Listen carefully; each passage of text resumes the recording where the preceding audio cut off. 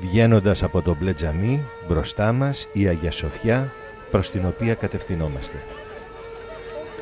Εξωτερικά, ο ναός της Αγίας Σοφίας, σε αντίθεση με την ελαφρότητα και την αρμονία των εσωτερικών γραμμών, παρουσιάζεται σαν ένα μέτριο, βαρύ κτίσμα, απογυμνωμένο από τα αρχικά οικοδομήματα που την περιβάλλανε και παραμορφωμένο από τα μεταγενέστερα οθωμανικά κτίσματα. Ωστόσο, παρά τις αλλοιώσεις, διαγράφεται καθαρά η κυβική και κλειστή μορφή του κτηρίου που στέφεται αρμονικά από τον τεράστιο τρούλο του. Για να στηριχτεί το ογκώδες κτίριο, το εξωτερικό έχει επανειλημμένως ενισχυθεί με αντερίσματα. Έτσι, έχει αλλοιωθεί το αρχικό σχήμα. Αγία Σοφία, η εκκλησία που είναι αφιερωμένη στη Σοφία του Θεού, δηλαδή στον Υιό και Λόγο του, επίθετο που απέδιδαν στο Σωτήρα Χριστό από τον 4ο αιώνα και μετά, δεσπόζει πάνω στον πρώτο λόφο της πόλης. Η Αγία Σοφία υπήρξε επί 8 αιώνες ο μεγαλύτερος περίκλειστος χώρος σε όλο τον κόσμο μέχρι την ανέγερση του καθεδρικού ναού της Σεβίλης 1402-1509.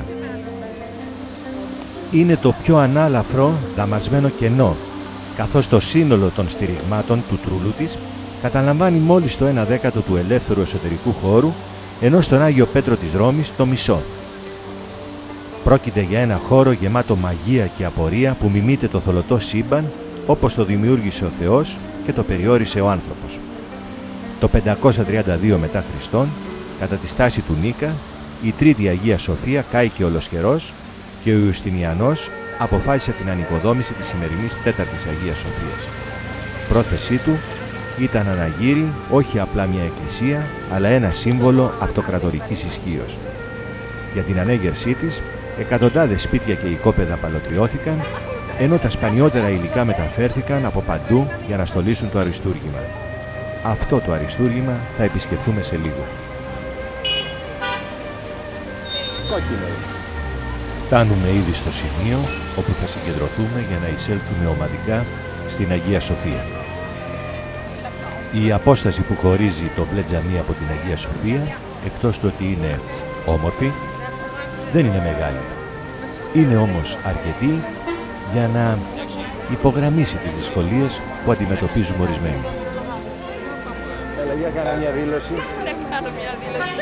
Μυρολογάνω. Για ποιο λόγο? Γιατί να προπερπατήσω καλά. Σιγά σιγά, σε περιμένουμε, για κάνε. Εντάξει, τα είπαμε όλα. Εγώ δήλωση θα κάνω για να μην σου δίνω. Και θα σου φιλοξενήσω εγώ. Δεν ξέρεις αν είναι για τοπικό ή αν είναι για... Μπορούμε να κάνουμε κάτω. Α, μπορούμε,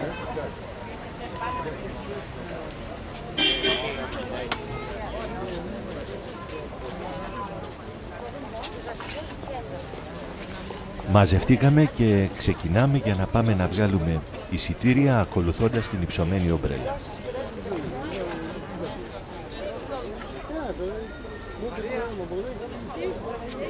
Περιμένοντας τον έλεγχο εισιτηρίων, βλέπουμε το συντριβάνι που οικοδόμησε το 1740 ο Σουλτάνος Μαχμούτ ο Πρώτος. Λέγεται και κρίνη των καθαρμών και είναι εξαιρετικό δείγμα τουρκικού ροκοκό. Η προεξοχή της στέγης είναι ζωγραφισμένη με ανάγλυφα λουλουδιών.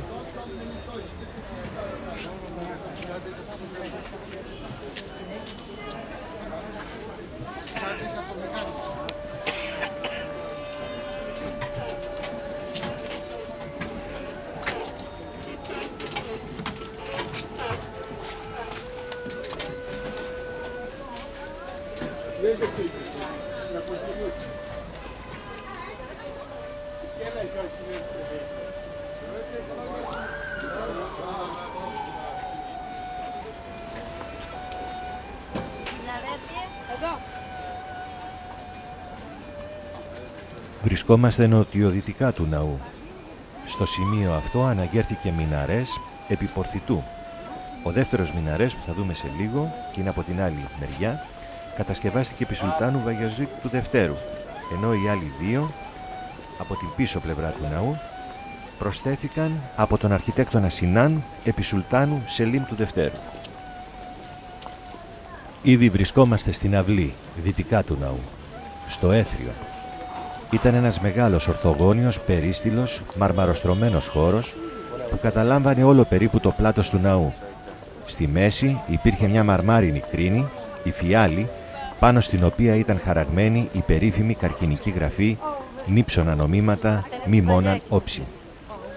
Δεξιά και αριστερά θα δούμε απομεινάρια της μεγαλοπρεπούς εισόδου της προγενέστερης Αγίας Σοφίας, αυτής από το 415 μετά Χριστόν.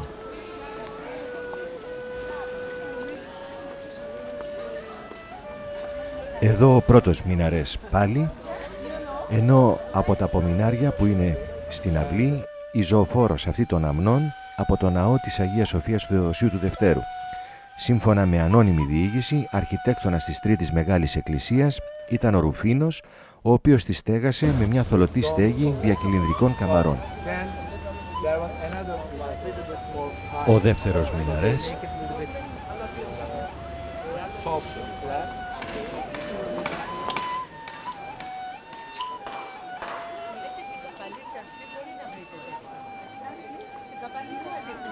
επτά πύλες οδηγούν από την αυλή στον Εξονάρθηκα.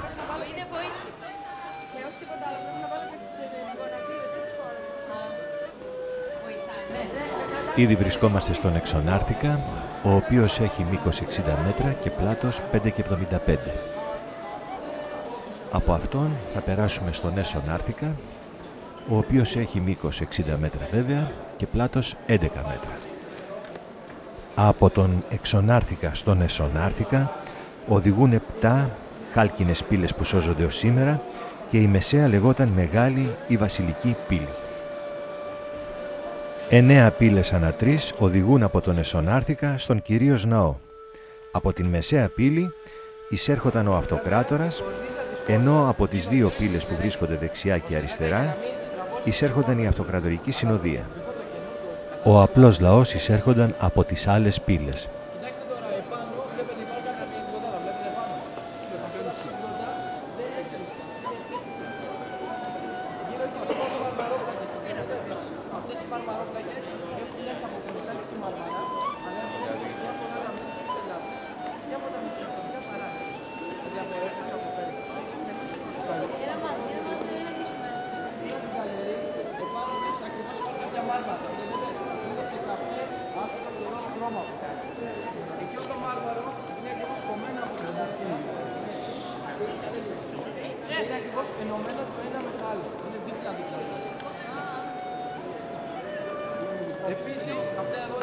Τα έγχρωμα μάρμαρα του Εσονάρθηκα και αλλού έχουν τοποθετηθεί στους τοίχους συμμετρικά, ούτως ώστε οι ρίγες των μαρμάρων να αποτελούν μυστικιστικά σχέδια. Το ταβάνι αυτού του μεγάλου προθαλάμου είναι διακοσμημένο με χρυσά ψηφιδωτά. Υπάρχει μία μεσαία και μία άλλη μεσαία δεξιά και αριστερά ξανά και μία είναι κεντρική. 3 δεξιά και αριστερά έμπαινε πάντα ο ναός. Από τις άλλες 2 τις μεσαίες έμπαιναν οι αξιωματικοί και οι διάκοι. Μετά από μια μικρή στάση στον Εσονάρθηκα θα εισέλθουμε στον κυρίως ναό, ο οποίος είναι τρίκλητη βασιλική με τρούλο. Το μήκος του είναι 80 και 90 μέτρα και το πλάτος του 69 και 70 μέτρα. 2 σειρές κύονες και πεσί χωρίζουν το ναό σε 3 κλίτη, από τα οποία το μεσαίο είναι το μεγαλύτερο.